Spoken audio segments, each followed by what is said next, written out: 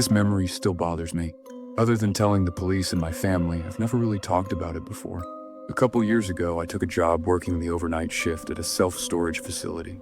I was on a gap year after high school before starting community college, so the hours actually worked out fine for me. The place was one of those facilities that's technically open 24 hours, as long as you have a gate access code. During the day, there were 2 employees on site. At night, though, it was just me from 10 p.m. to 6 a.m. The job itself was pretty simple. I'd sit in the office, watch the security cameras, and make sure no one was breaking into units or messing around on the property. Most nights were completely dead. Maybe 1 or 2 people would come by late to get into their storage units, usually people who worked odd hours or were in the middle of moving. The gate kept a log of every entry, so I could always see who was coming and going.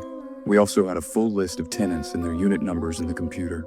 One night, around 2 a.m., I was sitting in the office watching the cameras and scrolling through my phone. I'd already done my usual walk around earlier. 3 people had come in that night, all regulars I recognized from other shifts. But then I noticed someone on one of the cameras, a guy walking between the units in Building C. That by itself wasn't strange, except he wasn't anywhere near the unit he was supposed to have access to, at least according to our system. I pulled up the gate log to check when he came in. His access code had been used about 20 minutes earlier, but his unit was in Building A, on the complete opposite side of the property. I kept watching him on the cameras for a few minutes. He was just walking back and forth down the same aisle. He wasn't opening any units or trying doors. After about 10 minutes of that, I figured I should go check on him. Maybe he was lost. I grabbed my flashlight and headed over to Building C. As I got closer, I could hear him talking to himself.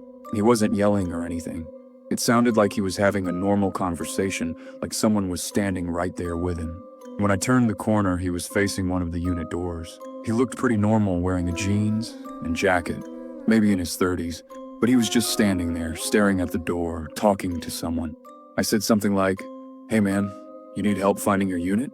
He turned around like he hadn't realized anyone else was there. His eyes were wide, and he looked completely worn out, like he hadn't slept in days. He asked me if I could see them. I had no idea what he was talking about, so I said, "See what?" He pointed at the storage unit door and said, "The people. They've been in there for hours." I looked at the unit. It had the customer's padlock on it, and according to our system, nobody had accessed it in over a week. I told him there wasn't anyone in there, and his face tightened up like he was getting frustrated. He said, "No, I can hear them talking. They're planning something." Then he stepped closer and pressed his ear against the metal door. That's when it clicked for me. Something was seriously wrong. I have a cousin who went through a psychotic episode once, and this felt exactly like that. I told him his unit was in a different building and asked if he wanted me to walk him over there. He looked at me again and said, "I don't have a unit here. I came to warn them." "Warn who?" I asked. He pointed at the door again. "The people inside. They need to know what's coming." By that point, I was starting to feel uneasy. I told him I was going to call the police to get him some help. That's when he got upset. He started talking faster, saying the police wouldn't understand, that they were part of it, and that I needed to open the unit so he could warn the people inside. I took a few steps back and told him I couldn't do that and that he needed to leave the property. He stared at me for a second.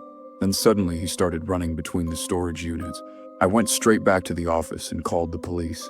I told them there was a guy on the property acting erratically and that he might be having some kind of mental health crisis. While I was on the phone, I pulled up the cameras to see where he'd gone. He was at the gate, trying to open it from the inside. He kept pressing random buttons on the keypad. After a minute or two, he just climbed over the fence. It's only about 6 feet tall and ran into the parking lot. The police showed up about 15 minutes later. I gave them a description and walked them through what happened. They wrote everything down and said they'd keep an eye out for him. One of the officers asked if he'd seemed dangerous. Honestly, I said no. He seemed scared and confused, like he truly believed there were people inside that storage unit. The officer said it sounded like some kind of mental health episode, maybe schizophrenia or something similar, and that hopefully they'd find him and get him help. They checked the unit he'd been focused on, just to be safe.